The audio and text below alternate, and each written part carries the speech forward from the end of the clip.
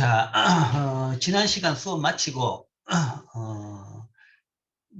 이 스마트 리더를 통해서 질문을 보내준 학생이 한 사람이 있습니다. 그래서 그 질문에 대해 가지고, 지금 답을 하겠습니다. 뭐, 다 관련된 내용이니까요. 자, 첫 번째, 농업, 서비스업, 건설업 등 이 AI로 전환되면 GDP에는 변화가 있는 건가요? 라고 했어요. 그래서 소위 요즘 AI 이야기가 많죠. AI의 도입으로 GDP가 어떻게 바뀌느냐, 라는 질문입니다. 근데 이제 AI를 어디에 도입할 것이냐, 제조업을 빼고 다른 부분을 이야기했는데, 사실은 제일 많이 도입되는 부분이 제조업입니다. 이미 도입되고 있어요. 이미 도입되고 있고, 이미 여러 군데 많이 쓰고 있습니다. 여러분들도 사용하고 있습니다. 제일 흔히 여러분들이 쓰는 AI가 뭐냐 그러면, 어디서 뭐 검색을 할 때 자동으로 뭐가 뜨는 게 있죠. 네이버 검색을 한다든지 뭐 검색할 때 글자 한 몇 점만 치고 나면 내가 찾고 싶은 글자가 쭉 따라 뜨죠. 그런 것들이 다 AI입니다. 그러니까 사람들이 검색하는 그 패턴을 계속적으로 뭔가 하면 데이터로 축적해 가지고 많이 검색하는 용어를 먼저 띄우는 거죠. 먼저 그러니까 타입 치기도 전에 뒷 글자까지 다 나오도록 만들어주는 겁니다. 그게 이제 검색을 편하게 만들어준다라는 장점도 있고, 그러나 이제 뭐 또 비판하는 사람 입장에서는 그걸 통해 가지고 뭔가 사람들의 그걸 한쪽으로 몰아간다, 다양성을 뭐 해친다라고 이제 비판하는 사람도 있긴 합니다. 있긴 하는데, 그런 것들이 이제 일종의 쉽게 이야기하면 AI입니다. 그러니까 AI라는 것은 뭐 공상과학적으로 이야기한다 그러면 그냥 사람하고 똑같이 생긴 로봇가 나타나가지고 인조인간이 나타나가지고 사람을 다 해치고 뭐 그런 것까지 이야기하는데, 그 뭐 그런 일이 생기려 그러면 그거는 이제 진짜 SF 세상의 이야기고 멀고 먼 미래 이야기일 것이고, 쉽게 이야기하면 자동화 정도죠. 자동화. 예, 이런 거 자동화 정도인데, 옛날의 기계식 자동화라는 것은 자동화의 패턴을 그냥 사전에 인식하는 겁니다. 이러하면 A를 하면 B를 하라, B를 하면 C를 하라라는 얘기죠. 그래서 뭐 온도가 높으면 예를 들어 가지고 뭐 온도가 낮아지면 난방 스위치가 들어오도록 만드는 거고, 온도가 높아지면 난방 스위치가 꺼지도록 만드는 그런 게 옛날식의 자동화입니다. 자동화고, 그 다음에 그게 이제 공장에서 기계에서 물건 만들 때도 그런 식으로 사람 손을 덜 빌리는 자동화 그런 시스템을 많이 활용했죠. 어쨌든 전통적인 자동화는 어쨌든 그 사실은 이 반응 자체를 조건과 반응을 다 프로그램으로 주는 겁니다. 거기에 따라서 반응하는 것이 자동화고, AI라는 것은 그거를 이제 이 조금은 자율적으로 하는 거죠. 조금은 자율적으로 한다는 것이 데이터, 그러니까 사람들의 반응이랄까 아니면 여러 뭐 기후 환경 온갖 데이터를 다 수집해 가지고 그 데이터에 따라 가지고 그 반응이 바뀌는 거죠. 그 반응이 바뀌도록 해주는 겁니다. 그래서 검색도 뭔가 하면 검색도 사람들이 그때 검색 패턴이 바뀌는 걸 반영해 가지고 다 바뀝니다. 옛날에는 뭔가 하면 뭐 가가자 쓰면 나자가 나왔는데, 뭐 한 달 뒤에 보니까 가가 쓰는데 나가 아니라 다가 나오더라. 그런 식으로 글자가 나오는 거죠. 그거는 이제 사람들의 검색 패턴이 바뀌면 바뀐 데이터를 반영해 가지고 그렇게 순서가 뒤바뀌면서 띄우는 겁니다. 그런 식으로 뭔가 하면 검색에 대해 가지고 뭐 사람들이 검색 순서도 발표하고, 지금 안 하고 있지만 그런 게 활용한 거죠. 그러니까 그게 이제 그런 AI 같은 경우는 단순히 사람들한테 뭐 예를 들어서 선택할 수 있는 초이스를 더 다양하게 주는 거죠. 다양하고 더 쉽게 선택할 수 있도록 초이스를 준다는 장점이 있는 거죠. 그 다음에 이제 그게 사람이 선택할 수 있는 초이스를 주는 게 아니라 거기에 따라 가지고 프로그램이 움직이고 기기가 움직이면 그게 바로 AI입니다. 그런 식으로 AI는 여러 분야에서 사용되고 있습니다. 사용되고 있는데, 지금 이제 인터넷을 통한 온갖 프로그램에서 많이 사용되고 있고, 뭐 가정관리, 집관리 그런 데도 쓰고 있고, 뭐 좀 더 쉽게 이야기하면 이런 거죠. 자율주행도 AI입니다. 자율주행이라는 것이. 그러니까 자율주행이라는 것이 그것도 뭔가하면 자율주행이 아직은 완벽하게 이루어지고 있지는 않지만 이벤츄얼리 결국은 자동차 간의 커뮤니케이션을 다 하면서 움직이는 겁니다. 그래서 그러니까 항상 뭔가 하면 요 차가 뭔가 하면 요 거리는 유지해야 된다. 뭐 그런 게 있겠지만 이제 완전히 자율주행되면 AI 테크닉을 다 쓴다 그러면 뭐 그때마다 예를 들어 가지고 굉장히 빨리 달릴 때는 그 거리를 늘리지만 그 천천히 달리고 그럴 때는 오히려 또 차 간 거리를 줄일 수도 있는 것이고 그때 그 차들의 트래픽 상황에 따라 가지고 다른 반응을 보이는 거죠. 그런 것을 AI라고 이야기합니다. 그런 차원에서 그것은 여러 군데 많이 사용되고 있는 거죠. 많이 사용되고 벌써 많이 도입됐고 그다음 점점점 더 많이 도입될 겁니다. 그리고 그런 기술을 더 많이 잘 도입하는 데가 잘 활용할 수 있는데 잘 도입하면 그게 그 산업이 더 발전하는 것이고 그 기업이 더 성공을 하게 되는 겁니다. 농업 이야기를 잠시 했는데 농업은 사실은 뭐 AI까지 갈 필요도 없는 거죠. 농업 자체는 그냥 전통적인 자동화마저도 지금 제대로 잘 안 돼 있는 거죠. 그런 차원에서 자동화를 훨씬 더 많이 해가지고 그러니까 옛날식의 농업을 계속 고집하고 있는데 이제 그걸 포기하고 더 자동화를 해야 된다. 이제 거기서 제일 제약은 이겁니다. 우리나라 농업은 이제 소농 지향하죠. 대농은 뭐 이 뭐랄까 체질적으로 거부를 하죠. 근데 이제 자동화 기계하려 그러면 대농으로 가야 되는 겁니다. 규모가 커야 되는 거죠. 적은 규모에는 자동화 기계하면 그 효율이 안 나오고 수익성이 안 나옵니다. 그러면 대농으로 가야 되는데 규모를 키우는 것에 대해 가지고는 옛날에 소작에 대한 반대, 뭐 경자 유전, 농민들이 모든 걸 다 해야 된다. 뭐 이런 이제 사상, 이런 생각들 때문에 거기에 대한 반대 여론, 반대적인 분위기, 또한 그걸 반영해 가지고 법적으로도 그게 잘 안 되고 있죠. 그런 걸 제한한 게 많기 때문에 그게 이제 우리나라 농업의 자동화를 지체시키는 제일 큰 뭐 원인 중에 하나입니다. 어쨌든 이제 그건 뭐 옛날 이야기고, 이제는 바뀐 세상에 따라 가지고 거기 따라 가지고 거기 따라서 이제 다시 뭐 조정할 필요는 있는 거죠. 자, 그런데 이제 GDP가 어떻게 바뀌느냐라는 이야기인데, AI가 적용된다는 이야기는 옛날보다 더 효율적인 자동화가 이루어진다는 거죠. 더 효율적인 자동화가 이루어지면 그 생산 물건은 더 싸집니다. 더 좋아지고 싸집니다. 더 좋은 물건 더 싸게 팔릴 수 있는 거죠. 더 좋은 물건 더 싸게 팔릴 수 있다 그러면 그 물건에 대한 수요가 안 는다 그러면 GDP는 줍니다. 그러니까 물건 생산량은 똑같은데 가격이 떨어지면 물건 GDP는 주는 거죠. 그런데 이제 안 줄 수 있는 것은 더 좋은 물건 더 싸기 때문에 사람들이 소비를 더 늘린다 그러면 더 늘 수도 있습니다. 가격 하락보다 소비 양이 더 는다 그러면 더 늘 수 있는 거죠. 더 늘 수 있는데 어쨌든 오늘 또 배우겠지만 기술 발전, 생산성 증가에 따라 가지고 만약에 더 이 판매 증가의 효과가 없다 그러면 전체적으로 그 산업의 비중은 줄어듭니다. 산업의 비중은 줄어드는데 그러면 국가 전체적으로 GDP가 줄 것이냐? 그건 아닌 것이 그러면 사람들은 뭔가 하면 다른데 그 산업에 대해 가지고 비중은 줄어들지만 대신 뭔가 하면 그만큼 그 산업에 투자했던 자본이랄까? 뭐 자본은 뭐 비슷할지 몰라도 최소한 사람 같은 경우에는 다른 데 가서 일을 하게 되는 거죠. 거기서 일하는 사람이 그만큼 이제 덜 필요해지고 그러면 그 사람들은 다른 데 가서 일하죠. 다른 데 가서 일하면서 뭔가 하면 다른 산업이 또 생깁니다. 기존 산업은 줍니다. 기존 산업은 줄게 되고 그럴 확률이 많죠. 줄게 되고 기존 산업의 물건들이 더 좋아지고 더 싸게 돼서 소비자는 좋아졌겠지만 그 산업의 비중은 점점 주는 거죠.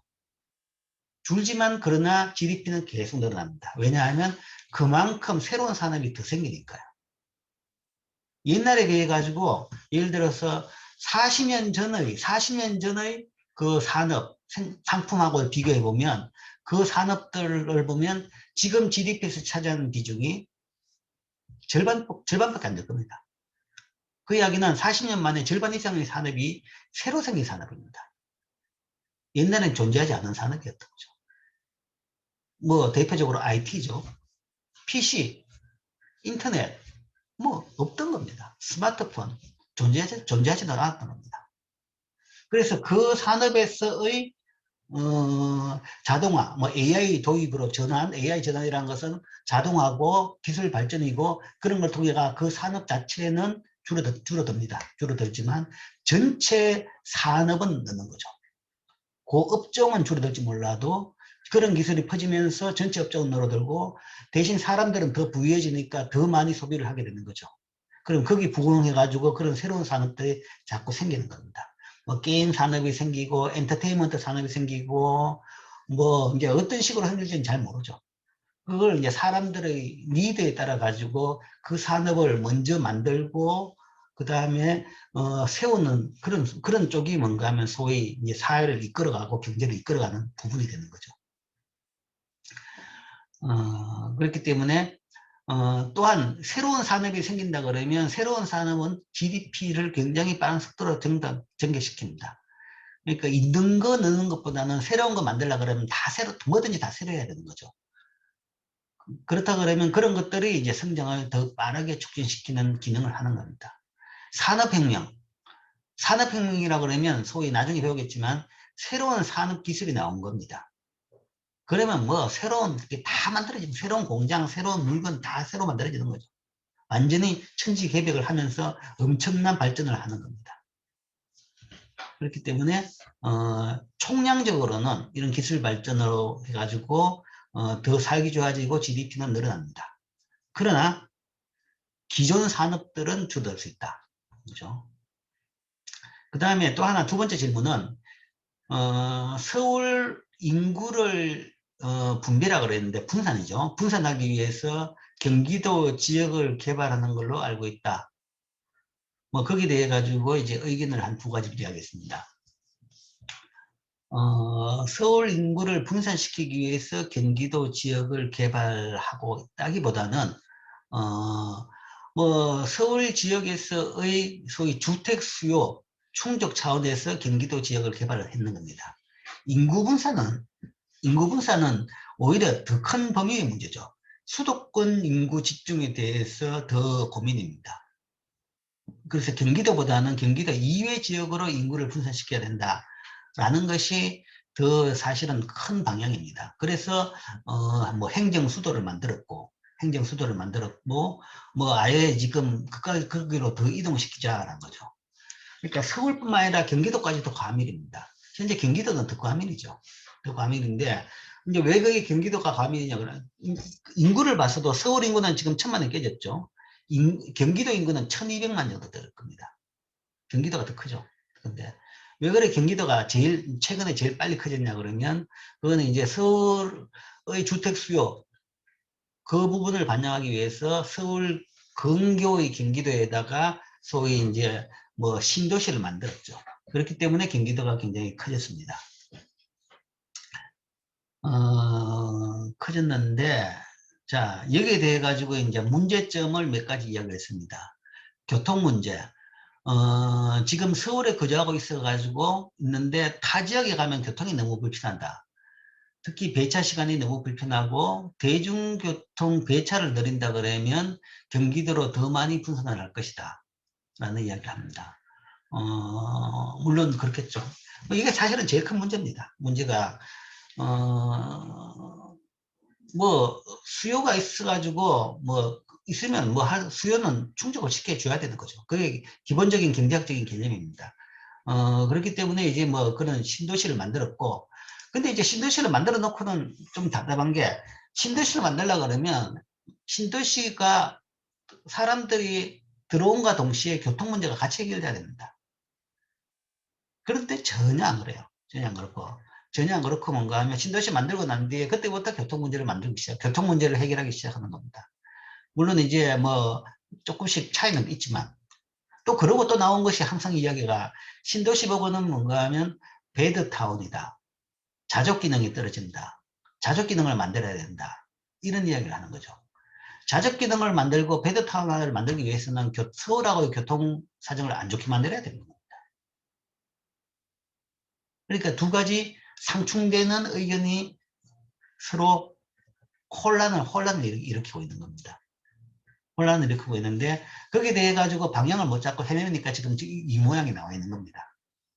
자, 쉽게 이야기하면 다른 나라 예를 보면 됩니다. 다른 나라도 다 이런 걸 겪었어요. 그래서 대도시는 대도시 근교에 서버번이라고 해가지고 다들 뭔가 하면 이런 위성도시라든가 뭐 베드타운 그런 걸 이제 가지고 있습니다. 가지고 있는데 그런 걸 효율적으로 잘 운영하려고 하면 어떻게 해야 되냐 그러면 뭐 실제적으로 지금 말한 대로 교통 문제를 먼저 해결하는 이런 베드타운을 만드는 거죠. 그러면 다 해결됩니다. 교통 문제를 잘 해결하는 거. 교통 문제를 잘 해결하려고 그러면 어떻게 하느냐? 우리는 너무 도로 중심인데 제일 효율적인 것은 기차입니다. 기차도 소위 직접 연결하는 기차. 뭐 파리 같은 도시 가보면 물론 서울보다 규모가 적지만 파리 같은 도시도 뭔가 하면 이 완전히 방사형으로 이 베드타운들이 쭉 있으면서 그러니까 배 쭉 있으면서 기차로 뭔가 하면 바로 한 30분 내에 다 접근할 수 있도록 다 되어 있습니다. 그 기차는 우리 지하철이 아니라 그러니까 거의 난스탑이죠. 그 타운에서 뭔가 하면 바로 그 파리 내로 바로 연결돼 가지고 까지 들어오는 건 30분이 되는 거죠. 그런 식으로 쭉 도시를 만들어 가지고 그 수요를 이제 그 충족시키는 거죠. 근데 이제 우리나라는 이제 문제가 기차를 하나 만든다 그러면 그 중간중간 도시마다 우리도 역 해가지고 이게 자꾸 이제 변질되기 시작한 거죠. 지금 GTS도 지금 그 싸움입니다. 처음에는 GTS를 통해 가지고 이제 뭐 이제 그런 기능을 하자라는 이야기죠. 사실은 GTS 같이 뭔가 하면 대신 들어 비싼 돈 들여가 파는 것보다는 초기에 땅 위에 있는 기찻길을 넣어가지고 충분히 다 해결할 수 있었어요. 처음에 그거부터 만들고 도시를 만들면 다 쉽게 해결할 수 있는 겁니다. 근데 도시를 짓고 나면 땅값이 다 올라가지고 그 다음부터는 기찻길을 못 넣는 겁니다. 그 다음에 땅값이 오르고 뭔가 하면 사람들이 또 뭔가 그 근처에 사는 사람들이 반대하기 때문에 기찻길을 못 넣는 거죠. 사람들 사기 전에 일단 기찻길을 놓고 나가지고 도시를 만들면 쉽게 만들 수 있는데 그런 식의 교통대책을 안 하는 거죠. 그 다음에 플러스 뭔가 하면 주객이 전도대가 나중에는 뭔가 하면 베드타운은 반대다. 자족 기능이 있어야 된다.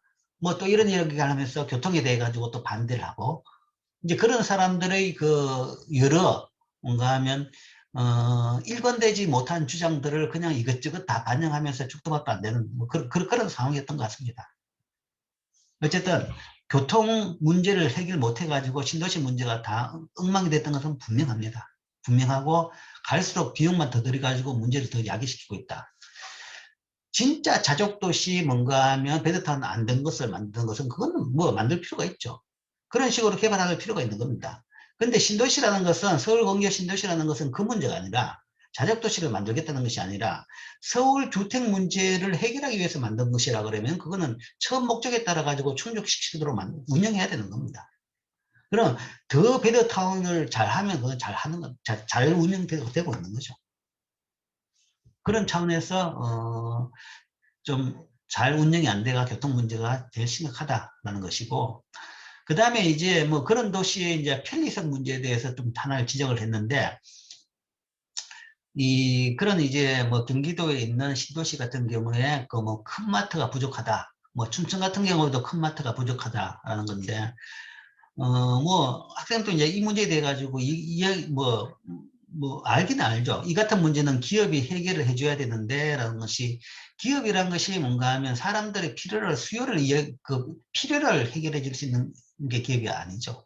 자기들이 돈 벌 수 있는 데를 돼서 찾아가지고 가서 장사될 때 가서 장사를 하는 겁니다. 그러니까 도시 규모에 따라 가지고 들어놓은 게 다 있어요. 들어놓은 게. 백화점에 들어오려고 그러면 인구가 20만 이상 돼야 된다. 20만 이상 안 되면 보통 백화점은 수지 타산에 안 맞는다는 거죠. 그런데 가지고 백화점이 강제로 들어오라고 할 수 있는 건 없죠. 할 수 있는 건 방법은 없습니다. 그러니까 이것 때 이제 이런 편의시설이 불편하다라고 하면 결국은 교통망을 통해 가지고 편의시설에 대한 접근성을 올려주는 수밖에 없습니다. 올려주는 수밖에 없고 뭐 그게 다 교통 문제가 되겠죠.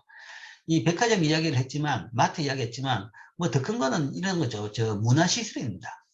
그러니까 중소도시 같은 경우 지방 같은 경우에 제일 큰 문제는 문화시설에 대한 접근성이 너무 떨어진다라는 겁니다. 이제는 극장들이 조금 더 많아져가 좋지만 뭐 예를 들어서 뭐, 한 10년, 20년 전만 하더라도, 극장마저도, 안락한 극장마저도 뭐, 대도시 몇 개 빼고는 잘 없었죠. 예, 그런 차원. 그 다음에 조금 더 예를 들어가지고, 뭐, 연극이냐, 아니면 뭐, 음악이나, 그런 문화시설. 예, 그런 것들에서 뭔가 하면, 대도시에 비해 가지고 지방의 격차가 많이 떨어지는, 이제 그런 문제가 있죠. 그런 문제가 있는데, 이거는 뭐, 시장에 따라서 움직이기 때문에 굳이 그 시장에 따라 움직이는데 그게 문제가 있다라고 생각해가지고, 그러면 정한되면 국가가 나서 하는 겁니다. 국가가 나가가지고. 그렇기 때문에 문화시설에 대해 가지고는 국가가 지원을 많이 해주죠. 수익성이 안 되더라도 거기에 뭐 문화시설을 영위할 수 있는 뭐 예술의 회관 같은 걸 짓는다든지 이런 걸 짓는 거죠. 근데 이제 그런 게 너무 서울 중심으로 많이 투자가 됐고 지방에 대해 가지고는 그 투자가 너무 적다라는 것이 이제 하나의 문제고 또 뭐 이제 닭이 먼저냐 달걀이 먼저냐 그러는데 또 지방 사는 사람들은 또 그런 데 대해 가지고 또 수요가 적고 안 모이니까 그런 문제죠. 뭐 교향악단을 한 모셔왔다. 관객석이 텅텅 빈다. 뭐 그렇다 그러면 사실은 그런 것이 뭐 춘천 같은 경우도 마찬가지입니다. 춘천 시장도 있고 그 다음에 그런 교향악단을 연주할 수 있는 공간도 있습니다. 그런데 실제적으로 그걸 운영해가지고 모이는 사람이 별로 없더라라는 거죠. 그런 걸 채울 수 있는 2천석 되는 객석을 채울 수 있는 그런 게 뭐 걸그룹이나 뭐 어떤 아이돌 그룹이 오면 몰라도 그 외에는 그런 걸 채울 수 있는 경우가 잘 없더라. 거죠. 그러니까 결국은 이제 뭐 사람들 수요에 따라 가지고 간다. 그 다음에 마트를 이야기했지만 솔직히 이 마트는 사양산업입니다. 백화점이 대표적인 사양산업입니다. 점점 모든 거래가 인터넷으로 이루어지죠. 아주 고가 거래가 인터넷으로 이루어지고요. 고가 상품마저도 인터넷으로 이루어지고 있는 상태입니다. 어쨌든 뭐 신도시 문제는 상당히 이제 여러 가지 문제는 많습니다. 많고 개발 과정에서도 문제가 많고 뭐 투기 문제도 있었지만 그 다음에 이런 식으로 교통 문제 뭐 여러 가지 이제 문제가 좀 많이 있죠. 많이 있는데 근데 살아보면 뭔가 하면 서울 같은 데에 비해 훨씬 더 편리한 부분도 꽤 많습니다. 안락하고 환경도 좋고 이제 그런 부분도 꽤 많죠. 자, 뭐 그런 정도로 답을 하겠습니다. 또 다른 질문.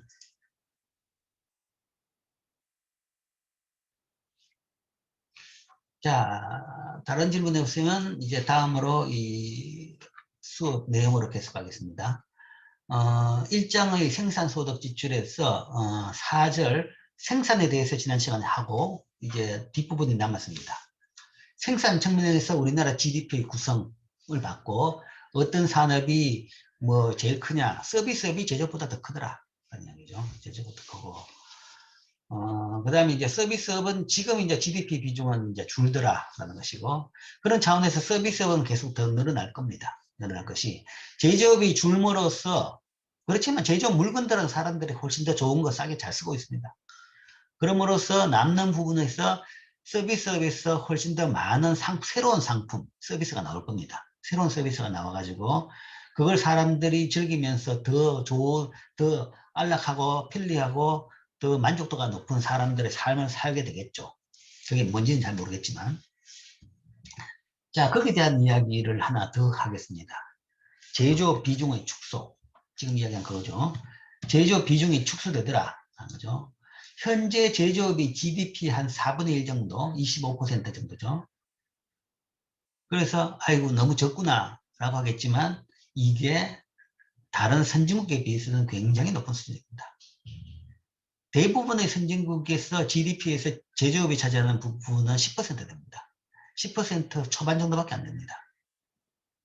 유럽 나라는 독일하고 네덜란드 빼고 나면 대부분 뭔가 10%도 채 안 될 겁니다. 그러니까 대부분의 선진국에서 제조업은 별로 전체에서 차지하는 비중이 아주 적다는 거죠. 그럼 제조업이 왜 이렇게 됐느냐? 제조업이 소위 말해서 산업의 중심이다 라고 생각했는데 제조업이 왜 이렇게 됐느냐?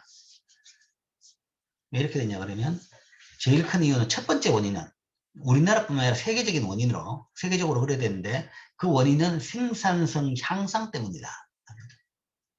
생산성 향상. 생산성이 높아졌다. 그런 용어를 많이 들었습니다. 우리나라 생산성 비교, 그러니까 우리나라 생산성이 미국의 절반이다. 라면서 뭔가 하면 비판하는 기사를 많이 봤을 겁니다. 많이 봤을 건데, 어쨌든 뭐 양국의 비교가 아니라 세계적으로 옛날에 비해서 생산성이 높아졌다. 그래서 제조업의 비중이 줄었다.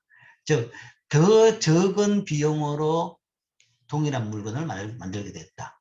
그러다 보니까 총 부가가치 아니면 총 생산물의 가치는 주는 겁니다. 주관적인 가치는 늘었죠. 같은 물건 아니면 더 좋은 물건이 됐으니까. 동일한 자동차인데 옛날 10년 전 자동차에 비해 가지고 동일한 소나타인데 10년 전 소나타하고는 사실은 가치는 배 정도 됩니다. 훨씬 더 비싼 좋은 기능들이 다 들어가 있는 거죠. 10년, 20년 전에 비해 가지고 동일한 물건인데 물건 가치는 배입니다. 사실은 동일한 물건이 아니죠. 질이 배로 높아졌으니까. 제일 심한 게 PC죠. PC.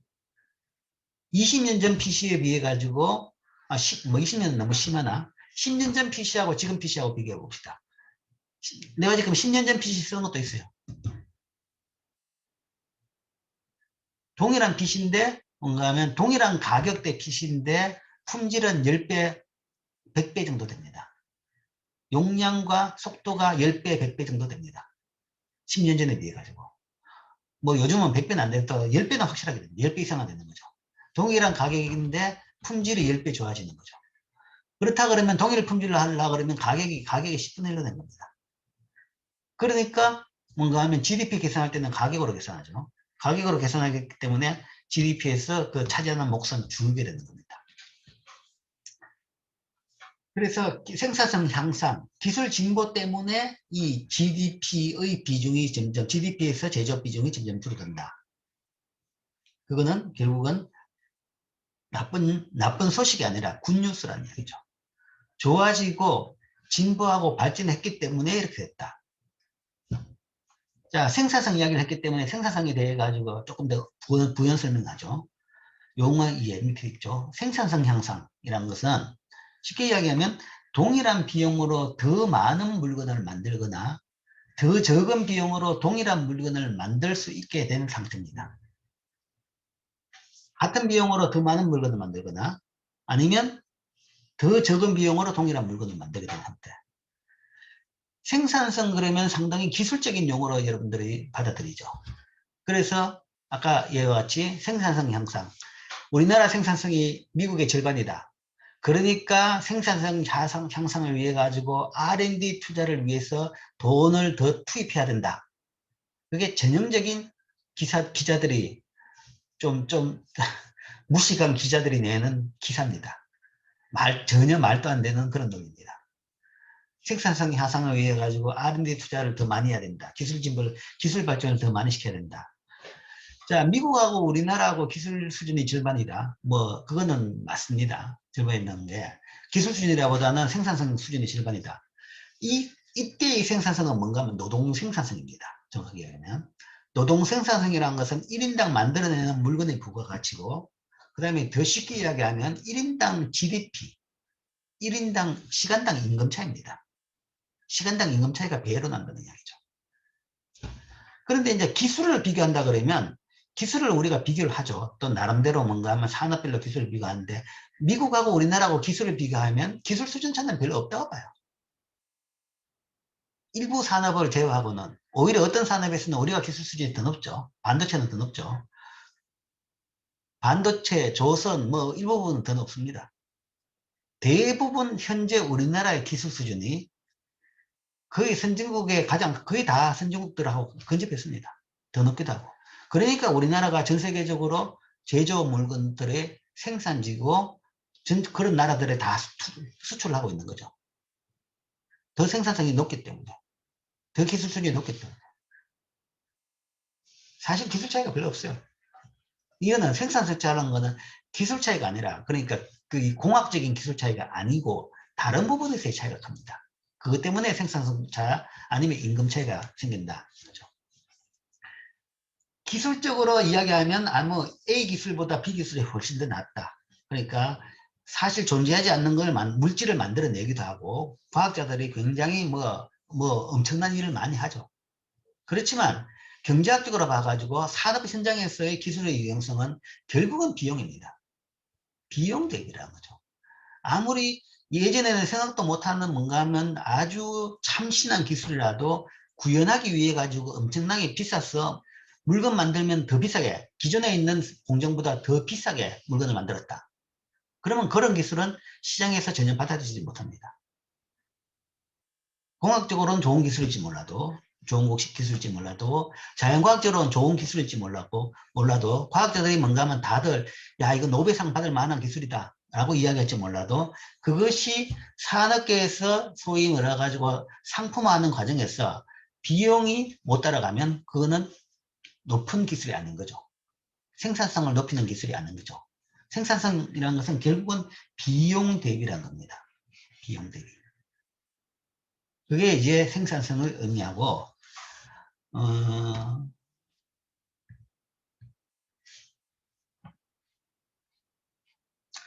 자, 그래서 어쨌든 그런 차원의 생산성이라는 개념을 잘 이해하라는 거죠. 기술적인 개념이 아니라 현재 생산성이라는 것은 1인당 노동 생산성이다 라는 것이고, 기술 수준에서는 우리나라가 딴 나라에 비해 가지고 뭐 평균적으로 뭐 큰 차, 세계 제일 선두하고 큰 차이 없다. 물론 산업별로 이제 항공이라든지 뭐 일부 산업은 굉장히 떨어지죠. 없는 산업은 있지만 어쨌든 하고 있는 산업 같은 경우에 특히 수출 산업 같은 경우에는 거의 뭐 별 차이 없는 수준이다. 그러니까 수출을 할 수 있는 거죠.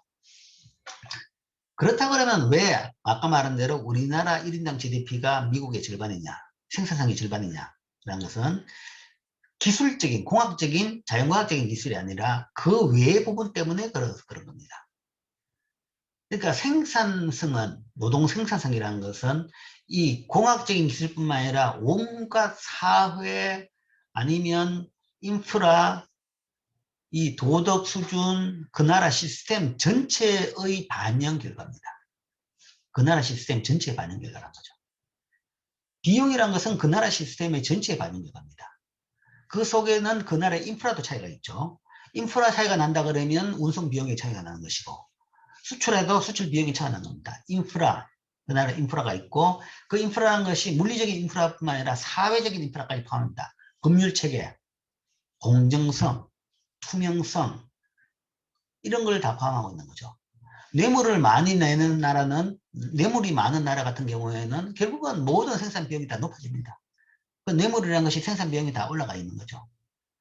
그 다음에 뭔가 하면 뭐 정치적인 변동이 심해가지고 계속 법을 바꾸고 있다. 이랬다 저랬다 왔다 갔다 하는 나라다. 그렇다 그러면 그런 것 따라 가지고 비용이 다 발생하는 거죠. 그러면 공장에서 물건 만들 때 생산 비용이 그게 다 포함이 되는 겁니다. 즉 그 모든 것. 그 다음에 사람들의 도덕 수준, 그런 것도 포함되는 거죠. 도덕 수준, 그 다음에 국민들의 문화 수준, 이런 모든 것을 다 포함해 가지고 거기에 따라 가지고 생산성이 나오는 거죠. 그 결과 미국과 우리나라가 지금 이제 절반 차이인 것이다 라는 이야기죠. 기술 수준이 아니라는 거죠. 생산성이. 기술이 아니라 모든 걸 다 포함해가 나온 겁니다. 아직 그러니까 그 정도 선진국까지는 못 갔다라는 겁니다. 못 갔기 때문에 뭐 여러 분쟁이 많고 문쟁이 많고 뭐 아직 그러니까 그게 쉽게 빠른 시간 내에 갈 수 있는 건 아니죠. 물리적인 부분은 좀 빨리 갈 수 있습니다. 그래서 우리가 굉장히 성장이 빨랐죠. 인터넷 문제로 오케이. 예. 인터넷 문제가 좀 있는데 뭐 그런 거는 예. 출석 부분에서는 뭐 그런 게 큰 문제는 안 될 겁니다. 어쨌든 예. 그래서 절반 차이가 난다. 미국에 비해 절반 차이가 난다라는 것이고 뭐 그 어쨌든 뭐 그런 거는 조급하게 단시간 내에 어떻게 이 좁아지는 건 아닙니다. 아닌 것이고 좀 이런 표현을 쓰긴 그렇지만 사람들이 뭔가 하면 사람들이 다 선진국화 되면서 뭔가 하면 그 격차는 다 줄어듭니다. 정근대적인 뭐 관행이랄까 관습이랄까 사람들의 태도랄까 그런 것들이 훨씬 더 뭔가 하면 선진화 되면서 이제 생산성이 더 높아지는 것이고 선진국이 되는 셈이죠. 뭐, 뭐 흔히 이런 이야기 하는데 아직도 우리나라에서는 뭔가 하면 사람들의 절반 이상은 후진국도 태어난 사람들입니다. 후진국대. 그러니까 국민소득 수준이 뭔가 하면 뭐 전 세계 굉장히 낮을 때 후진국대.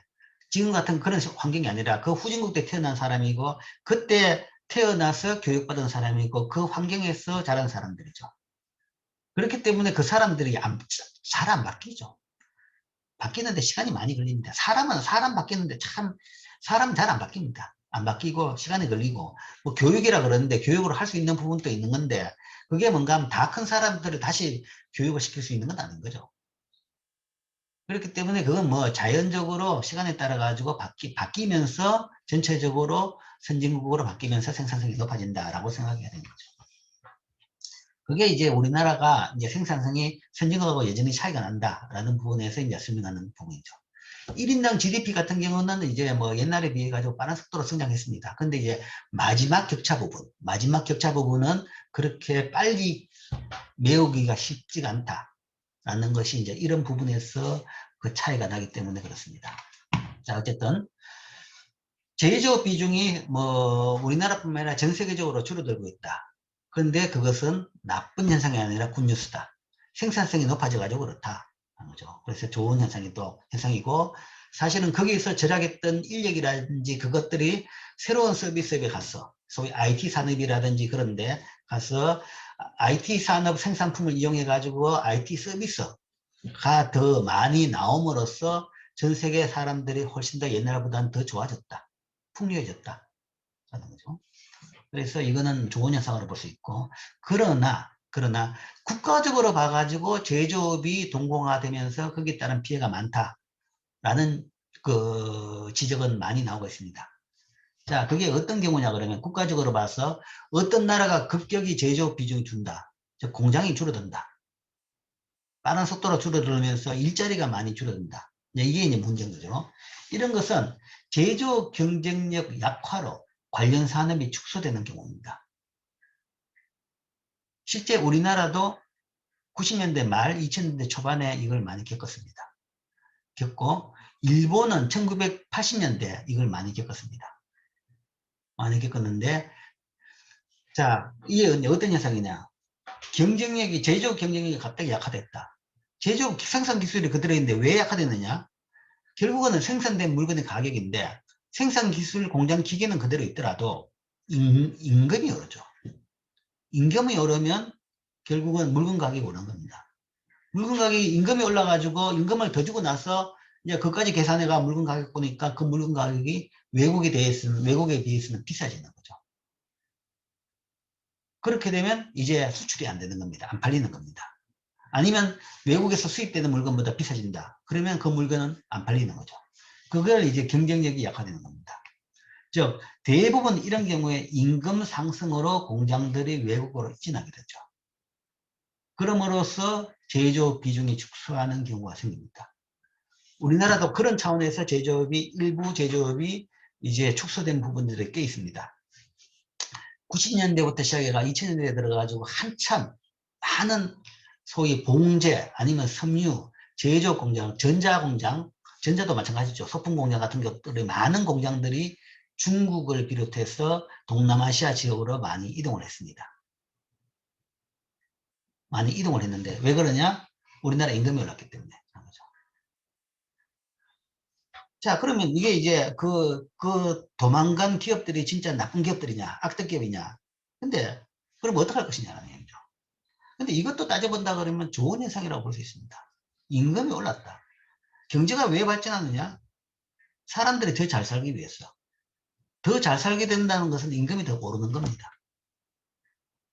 임금이 안 오르고 계속 뭔가 하면 그 공장 돌리고 있다는 것은 일자리는 계속 나올지 몰라도 그 경제는 성장을 제대로 안 하고 있다는 이야기입니다. 별로 좋은 현상이 아니죠. 그 공장 그대로 결과적으로 계속 돌리고 있다는 말은 우리나라가 제대로 발전 안 하고 좋은 결과가 안 나왔다는 이야기입니다. 좋은 결과가 나왔기 때문에 사람들의 임금이 올랐고 임금이 올랐기 때문에 그 공장이 나온 겁니다.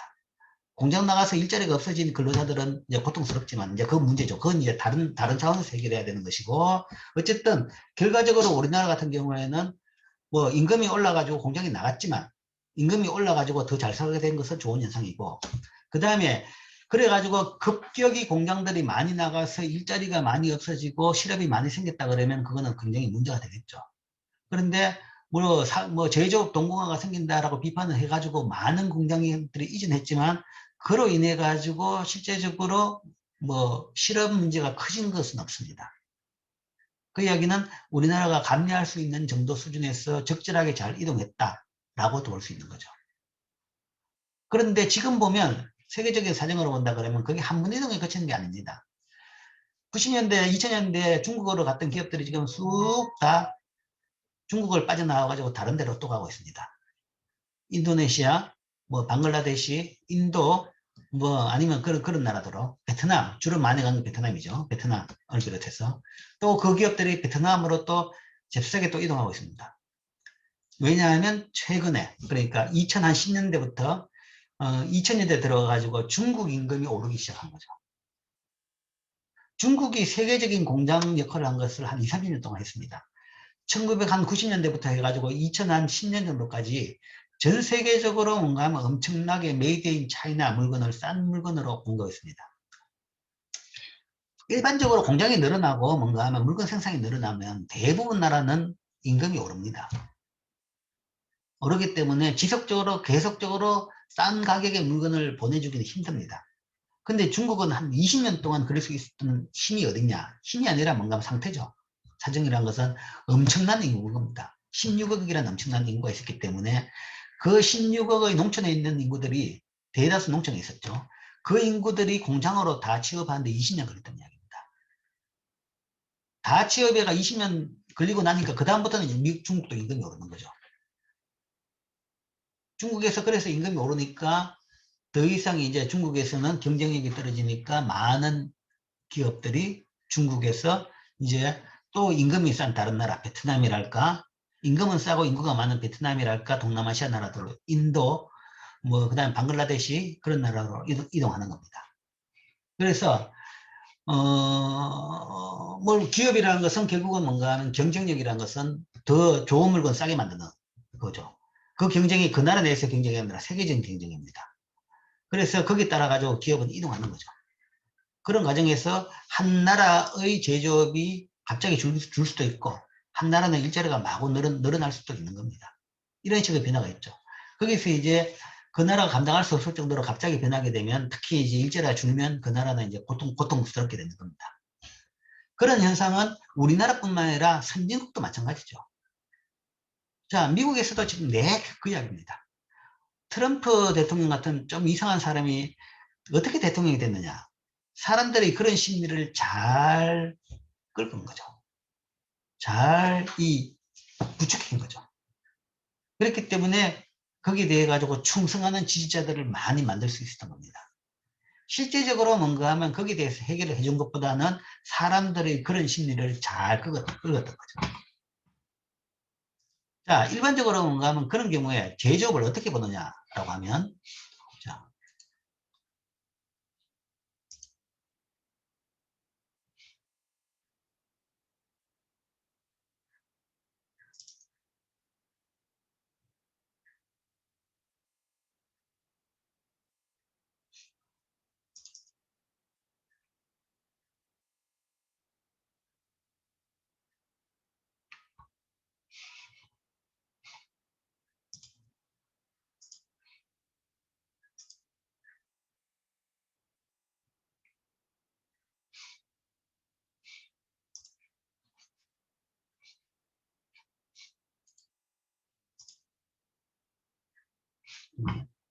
거기. 자, 일반적으로 정치인들이 보기에는 제조업은 이런 게 제조업이라고 보는 거죠.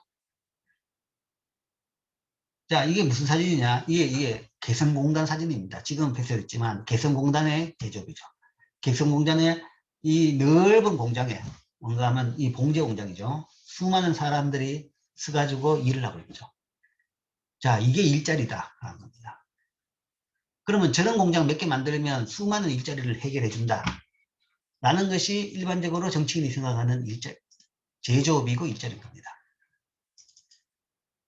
또 하나, 또 이것도 마찬가지죠. 이것도 이제 세계적으로 유명한 회사죠. 이게 뭐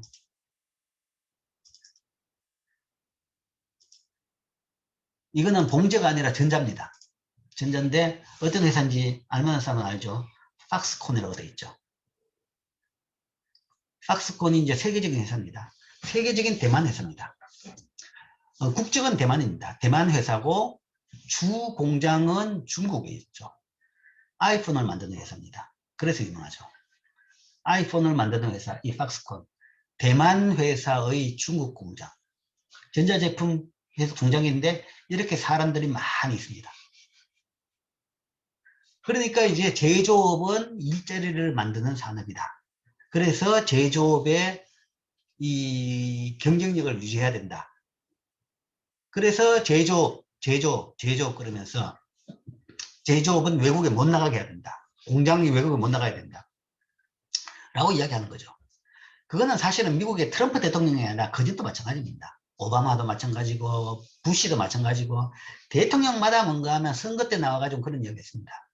그래서 아이폰이 뭔가 하면 미국 내에서 만들게 하지 왜 중국에서 만드냐. 중국에서 못 만들고 미국에서 만들게 하겠다. 다들 선거 때는 다 그 공약을 합니다. 공약을 해놓고는 대통령 되고 나면 역대 지금 대통령 한 4명 다 마찬가지입니다. 안 돼요. 할 수가 없죠. 할 수가 없대요. 자, 근데 이거는 뭔가 하면 인건비의 문제도 아닙니다. 인건비의 문제도 아닌 게 아이폰, 그러니까 애플에서 계산해 봤죠. 미국 근로자를 쓰면 인건비에 따라 가지고 아이폰 한 대당 가격이 한 $15 정도 올라간다 그럽니다. 어차피 비싸게 받는데 $15 더 받아도. 그리고 아이폰은 뭔가 마진율이 거의 절반입니다. $15 더 받든 $15 손해보든 뭐 $15 덜 이익 보든 뭐 그건 별 문제가 아니야. 별 문제가 아닌데 소위 공급 체인 자체가 없다는 얘기죠.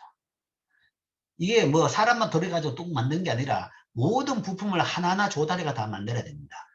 그 다음에 그 부품도 뭔가 하면 그때그때마다 계속 바꿔가면서 품질을 향상시켜야 되죠. 이거 해보고 안 되면 저거 해보고 안 되면 뭔가 하면 시범제 물고 만들어보고 또 부수고 새로 또 만들어보고 바꿔보고 그걸 계속 해야 되는 건데 미국에는 그걸 할 수 있는 시스템 자체 아니면 소위 공급 체인이 없다라는 거죠. 대만에도 없습니다. 왜 대만 회사인데 공장이 중국에 있느냐? 중국에 다 그런 게 있는 거죠. 세계 모든 물건들을 세계 공장 역할을 20년 동안 하다 보니까 자잘한 온갖 자잘한 드라이브 그러니까 뭔가 나사부터 시작해가 나사도 종류가 다 해가죠. 나사부터 시작해서 온갖 뭐 패널부터 모든 것들이 뭔가 하면 거기는 근처에 다 모이는 겁니다. 신천을 중심으로 다 모이는 거죠. 그래서 그게 제조업센터가 된 것이고 언제든지 뭐 미국이 이제 그 참 놀랐는 것이 자기들이 뭔가 막 이 뭔가 하면 이 설계를 좀 바꿔가지고 퇴근하면서 뭔가 하면 그걸 그쪽에다가 요청을 딱 해놓으면 다음날 아침에 출근하면 벌써 새로 그 물건을 설계를 바꿔가 물건을 만들어 놨다는 거죠. 아니면 하루 이틀 만에 또 뭐 만들어지는 거죠. 미국 내에서 그걸 했다 그러면 설계 안 바꾸면 새로운 물건 나오려고 그러면 한 달 걸립니다.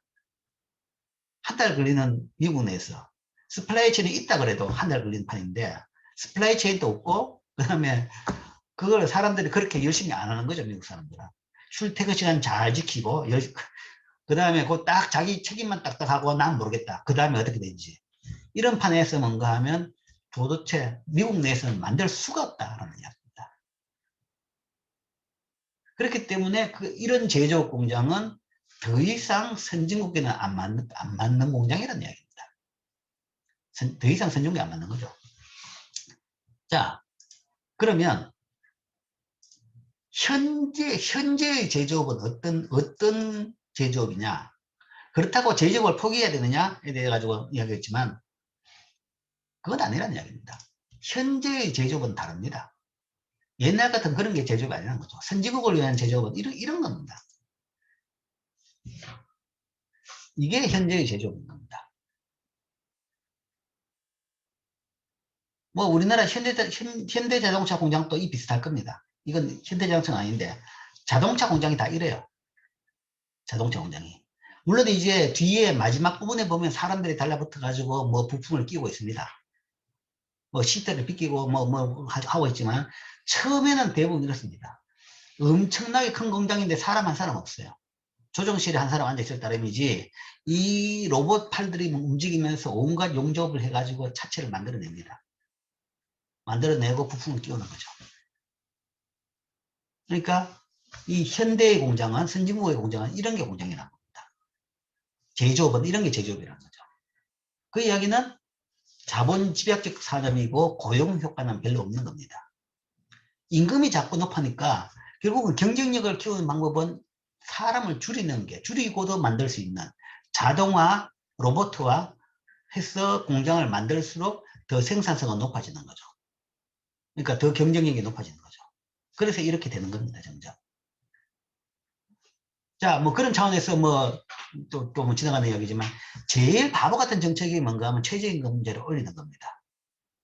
최저임금을 올리면 근로자가 좋아지느냐? 물론 이제 그걸 통해 가지고 임금이 좀 오른 사람들이 좀 있겠죠. 뭐 그런 사람은 당연히 좋아집니다. 근데 이제 자, 그게 뭔가 하면 최저임금보다 못 받던 근로자들 아주 소수가 되겠죠. 대부분의 근로자들은 최저임금 이상을 받습니다. 특히 좋은 기업, 대기업일수록 훨씬 더 임금을 많이 받고 있죠. 근데 이제 아주 한계에 있는 기업들에 있는 사람들이 이제 그 임금을 더 많이 받게 되는데 그건 이제 반반입니다. 반반. 그 한계에 있던 기업들이 이제 돈을 많이 벌면서 그것밖에 안 주고 있었냐. 그런 기업은 이제 뭐 최저임금 올리면 좀 더 주겠죠. 더 줘가지고 그런 근로자는 좋습니다. 좋은데. 근데 이제 많은 기업들은 임금을 그것밖에 못 주는 이유가 딱 그것밖에 줄 수 없는 능력이 그것밖에 없었기 때문에. 그것밖에 못 주는 기업들이 많은 거죠. 그런 기업들은 임금을 올리게 되면 문을 닫습니다. 문을 닫는 거죠.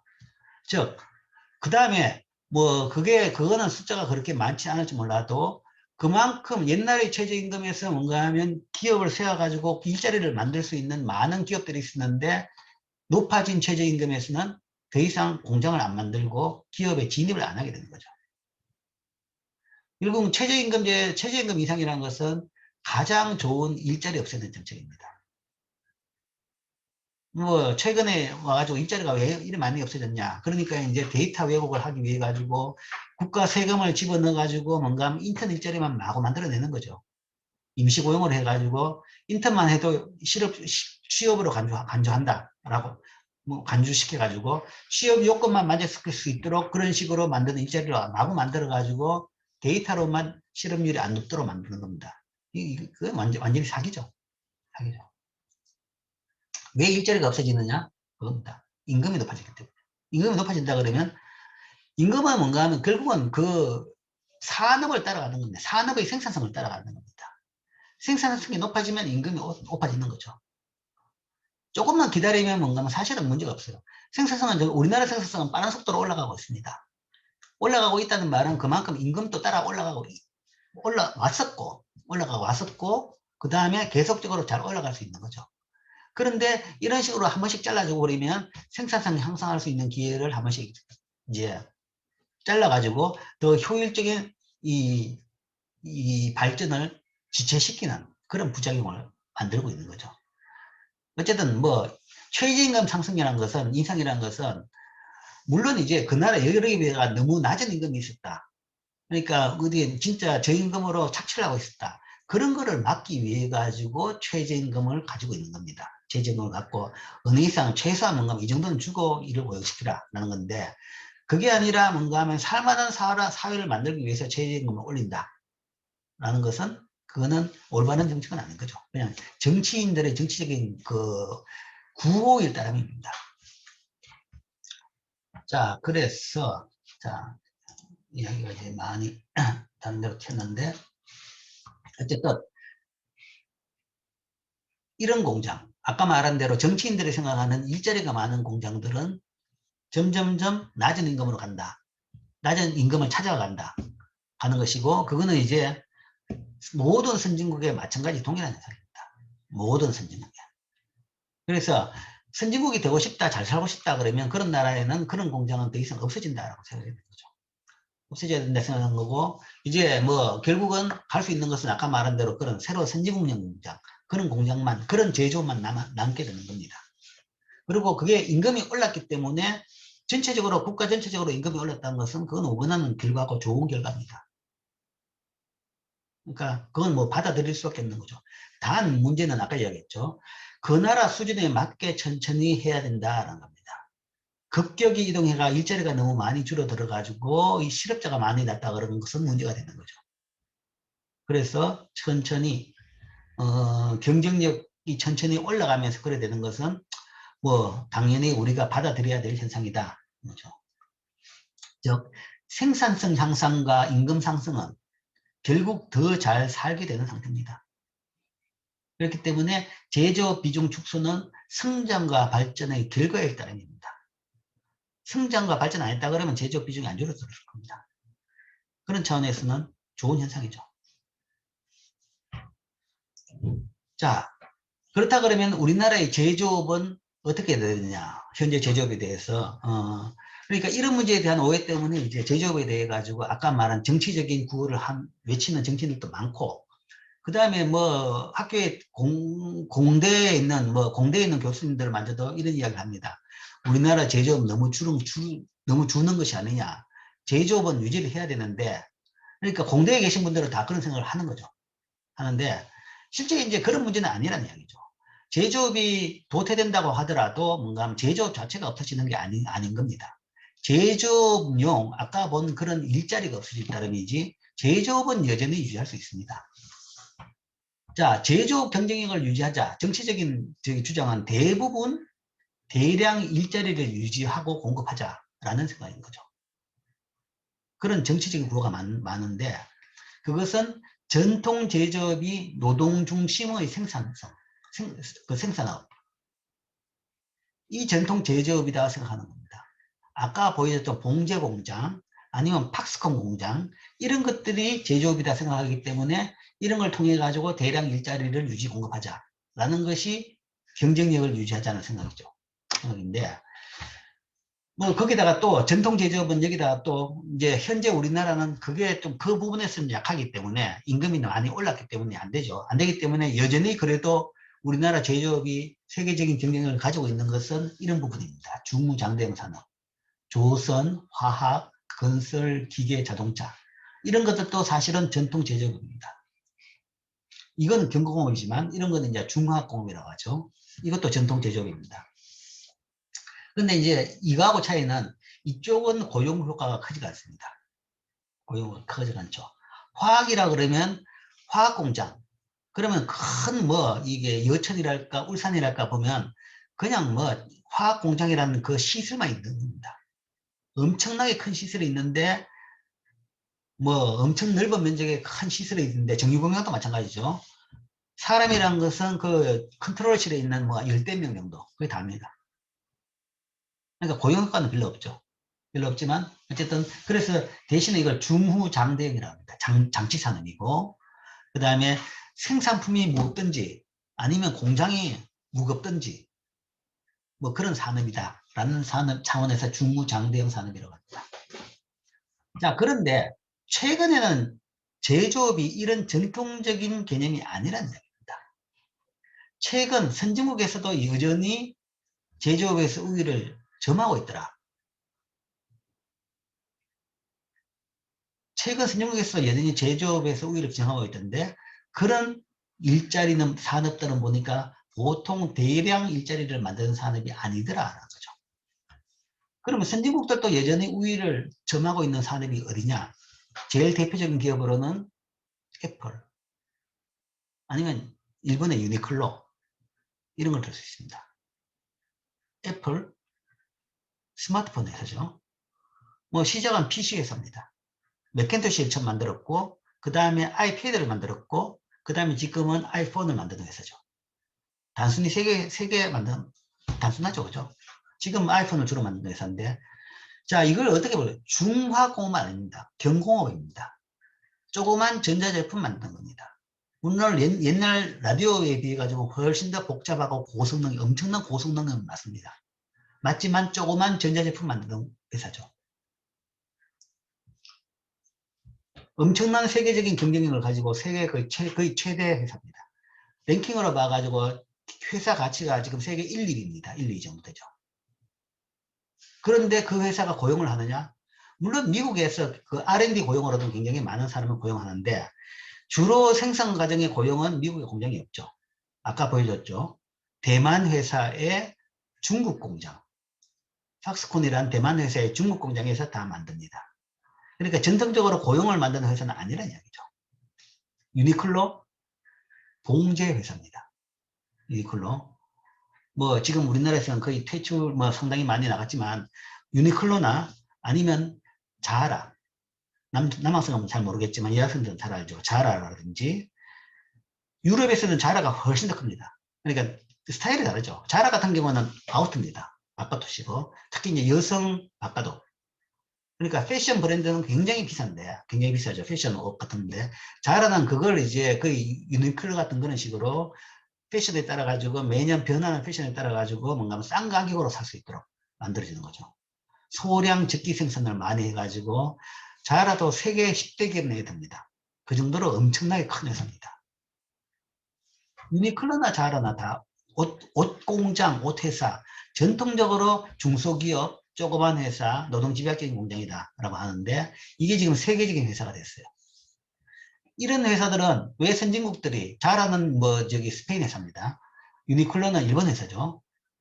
이런 회사들이 어떻게 세계 최대 회사가 됐느냐 등 선진국 제조업은 기술 개발, 디자인 등은 자국에서 하는데 생산 공장은 다 없습니다. 아까 말한 대로 개도국들한테 주는 거죠. 그러니까 우리나라에서도 한참 섬유를 하다가 뭐 대구 경북 지역으로 섬유를 많이 했죠. 옛날에. 하다가 그 다음에 이제 그게 사양산업이 되니까 포기를 하면서 뭐 밀라노 프로젝트라고 해가지고 뭐 봉제 공장도 많이 있었고 했는데 그걸 좀 패션화 하겠다 하다가 이제 실패를 했죠. 실패를 했는데 방향을 잘못 잡았던 거죠. 그러니까 선진국이 되면 그런 봉제 섬유는 포기해야 되느냐? 그게 아니더란 거죠. 선진국들도 뭔가 하면 여전히 이 가지고 뭔가 하면 세계 최대 기업이 되는 겁니다. 자라나 유니클로나. 방향을 잘못 잡았죠. 방향을 어떻게 하느냐? 개발 디자인만 잘하면 되더라는 거죠. 개발 디자인, 그 다음에 관리를 통해 가지고 실제 고용은 없지만, 고용은 뭔가 하면 개발 디자인 측에서의 고용만 있고 실제 공장에서 제조 고용은 거의 없지만 세계 최대 회사가 된 겁니다. 물건 만드는 거는 물건 잘 만드는 그런 개도국들을 맡기면 되는 거죠. 우리가 옛날에 그걸 잘 했죠. 그냥 그겁니다. 그러니까 제조업에서 뭔가 만드는 물건이 뭐 그런 물건이다. 그러면 제조업을 포기해야 되는 건 아니다. 포기해야 된다는 게 아니라는 얘기죠.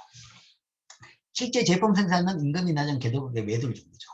즉 선진국에서는 제조업과 고용이 이루어지는 제조업 공장의 개념은 분리되는 추세다. 제조업이라는 것이 옛날식의 제조업은 뭔가 하면 거기서 물건까지 다 만들어내는 것이다 라는 것이 아니라 이제는 제조업이라는 것이 소위 R&D와 그 다음에 디자인 그런 부분과 그 다음에 실제 물건을 만들어내는 공장 부분은 분리가 되고 있다. 이 분리돼야 공장이 분리되고 있죠. 그렇게 분리시키고 나면 소위 임금이 올라가지고 경쟁력이 떨어지더라도 그 회사는 계속 유지 가능합니다. 공장은 딴 데 가더라도 계속 유지하고 있는 거죠. 우리나라에도 뭐 상당한 회사들이 그렇게 유지를 하고 있습니다. 상당한 회사들이 뭔가 하면 공장을 중국이나 베트남이나 그런 데서 운영하고 있는 거죠. 삼성전자도 삼성전자도 갤럭시를 만드는 것이 국내용은 국내에서 만듭니다만은 국내보다 훨씬 더 많이 많이 공급하고 있는 전 세계용은 대부분 베트남 공장에서 만들고 있죠. 베트남 공장과 지금은 이제 인도 공장에서도 많이 만들고 있습니다. 베트남, 인도에서 만들고 있는 겁니다. 국내에서는 주로 이 갤럭시 R&D 개발 디자인 그쪽을 주로 하고 있는 것이고 더 이상 제조업은 공장이 아니라는 이야기입니다. 뭐 아주 거기에 대해 가지고 재밌는 케이스가 하나 있었는데 자 그러면 이제 제일 그와 비슷한 산업이라고 하면 그 신발일 겁니다. 신발. 우리나라도 신발에서 굉장히 비교 우위가 있었습니다. 부산 지역이 신발 공장의 메카였고 90년대, 2000년대 초까지만 하더라도 부산 지역이 세계적인 신발 공급처였습니다. 그런데 지금은 그 공장들이 다 나갔죠. 다 나간 것이 신발이라는 것은 제조 과정에서 이 고무를 태우고 자르고 태우고 해가지고 본드를 많이 쓰고 하기 때문에 진짜 굉장히 그 공장 환경이 안 좋은 그런 업종입니다. 그러다 보니까 이제 사람들이 뭐 어지간하면 그 일 안 하고 아주 비싸게 돈 줘야지 일하고 그러다 보니까 경쟁력이 떨어져 가지고 대부분 공장들이 동남아로 나가버렸는데 최근에 이제 그 반대 경우가 생기죠. 리쇼어링하는 게. 선진국으로 신발 공장이 들어오고 있습니다. 그 시작을 한 것이 이 회사입니다. 아디다스. 아디다스가 독일 회사인가? 아디다스가 독일로 신발 공장을 옮겼습니다.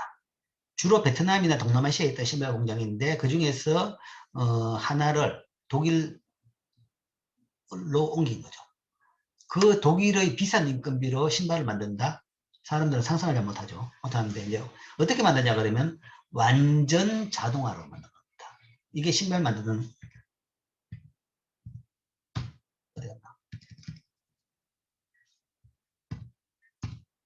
이게 신발 만드는 기계입니다. 여기 신발이 매달려 있죠. 그러니까 맞춤형 신발을 완전 자동화로 만든다 하는 거죠. 대량 신발 만드는 것은 이렇게 하기 힘들지만 자 신발의 또 하나의 특징이 뭐냐 그러면 발에 딱 맞는 걸 사람들이 찾습니다. 기성품이 안 맞으면 기성품이 뭐 1cm, 1인치 단위로 나오는데 뭐 5cm 단위, 1인치 단위로 나오는데 그게 안 맞으면 불편한 사람들이 꽤 있죠. 그러면 뭐 비싼 돈을 주더라도 수제품을 사는 사람들이 꽤 있습니다. 그런데 공장에서 수제품을 만들어 주겠다는 얘기죠. 공인이 수제품을 하나 만들려고 그러면 그건 굉장히 돈이 많이 듭니다. 많이 드는데 수제품하고 동일한 품질의 신발을 공장에서 만들어 주겠다. 그래서 기존에 나오는 이제 신발 브랜드는 동일한 브랜드입니다. 동일한 브랜드인데 신발이 필요한 사람은 그 회사에 가가지고 그 나이키 매장에 가가지고 아디다스 매장에 가가지고 신발 그 쭉 팔고 있는 그 브랜드가 있죠. 그러면 그 브랜드를 딱 찍고 그 다음에 발을 재는 겁니다. 발을 재면 그 브랜드 똑같은 신발 그 사람 발에 똑 맞게 신발을 만들어 주는 거죠.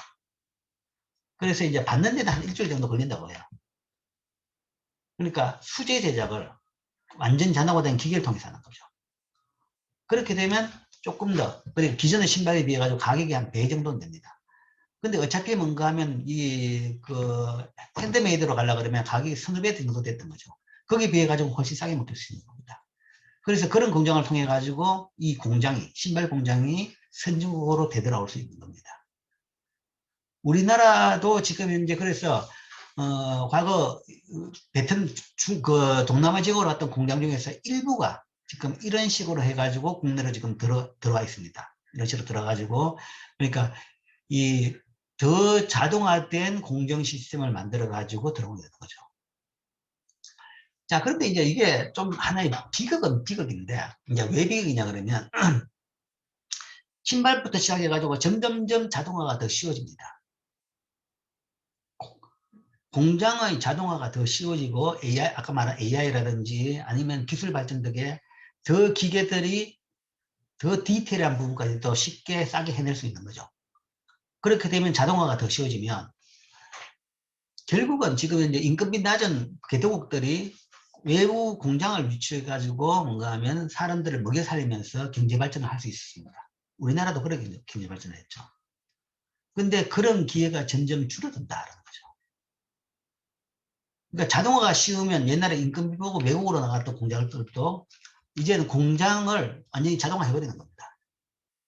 자동화의 비용이냐 아니면 낮은 인건비냐 그걸 따지는 거죠. 그걸 따져가지고 비슷하다 그러면 외국으로 가는 것보다는 국내에서 자동화 기계를 넣어가 자동화하는 겁니다. 기술 발전이 너무 되면서 이제는 그런 개도국들이 소위 경제 발전을 할 수 있는 저임금으로 경제 발전을 할 수 있는 아니면 먹고 살 수 있는 일자리가 점점 줄어들 수 있다. 이 신발 공장이 점점 보편화되면 지금 동남아에 있는 신발 공장들이 많이 피해를 보게 되겠죠. 안 팔리고 문을 닫게 될 겁니다. 이게 이제 선진국 입장에서는 공장이 되돌아와서 좋다. 좋긴 좋습니다. 좋은데 개도국 입장에서는 자기 일자리가 없어지는 겁니다. 양측 쌍방이 문제입니다. 양쪽에 다 문제라는 이야기죠. 문제는 한쪽만 이익을 보는 게 아니죠. 한쪽이 이익을 보면 한쪽이 손을 보는 겁니다. 그래서 아디다스 공장이 완전 자동화된 신발 제조 공장을 최근에 독일에 건설했습니다. 그런 식으로 다시 되돌아온 경우가 있습니다. 실제 생산이 선진국에서 이루어진 경우에도 기계 자동화된 공장을 활용하기 때문에 고용 유발 효과가 크지 않다는 겁니다. 그래서 더 이상 제조업을 특히 선진국에서는 일자리를 많이 만드는 그런 제조업이 있다라고 생각하면 안 됩니다. 그럴 수가 없고 그거는 경쟁력이 있을 수가 없는 겁니다. 따라서 고용 효과가 있는 제조업은 임금이 높은 선진국에서는 더 이상 생존이 불가능합니다. 선진국에서 생존 가능한 제조업이 제공할 수 있는 일자리는 상품 개발, 디자인 이런 정도입니다. 그 이야기는 정치권 및 일부가 주장하는 그와 같은 공장, 유치는 불가능하다라는 거죠. 그리고 그렇게 돌아갈 수도 없는 겁니다. 돌아갈 수도 없고. 그 이야기는 또 다르게 이야기하면 사양산업은 없다는 이야기입니다. 인건비 가지고 만드는 물건, 인건비 올라갔으니까 이제는 안 된다. 우리는 포기해야 된다. 그 생각이 잘못됐다는 거죠. 어떻게 자동화를 잘하냐는 이야기입니다. 자동화를 잘 해내면 여전히 경쟁력을 가집니다. 특히 옛날보다 뭔가 기술 발전, AI, 로봇 그런 등의 자동화를 할 수 있는 실력이라는 것은 점점점 높아집니다. 누가 먼저 자동화를 잘 해내냐가 승패입니다. 그러면 결국은 그 산업은 계속 유지할 수 있는 거죠. 그래서 돈 많이 벌어가지고 돈 많이 쓰면 되는 겁니다. 그리고 자동화를 통해 그 과정에서 뭔가 하면 그 관련 자동화 산업, 기계, 로봇 산업, 그런 산업이 더 크는 거죠. 그게 이제 미래의 산업인 겁니다. 제조업에 대해 가지고, 제조업에 대한 산업의 변화에 대해 가지고, 이제 전통적인 그런 상태가 아니라는 거죠. 새로 완전히 변하고 있다. 그 상황에 따라 가지고 이제 산업이 이렇게 바뀌고 있다라는 것을 이제 이해할 필요가 있습니다.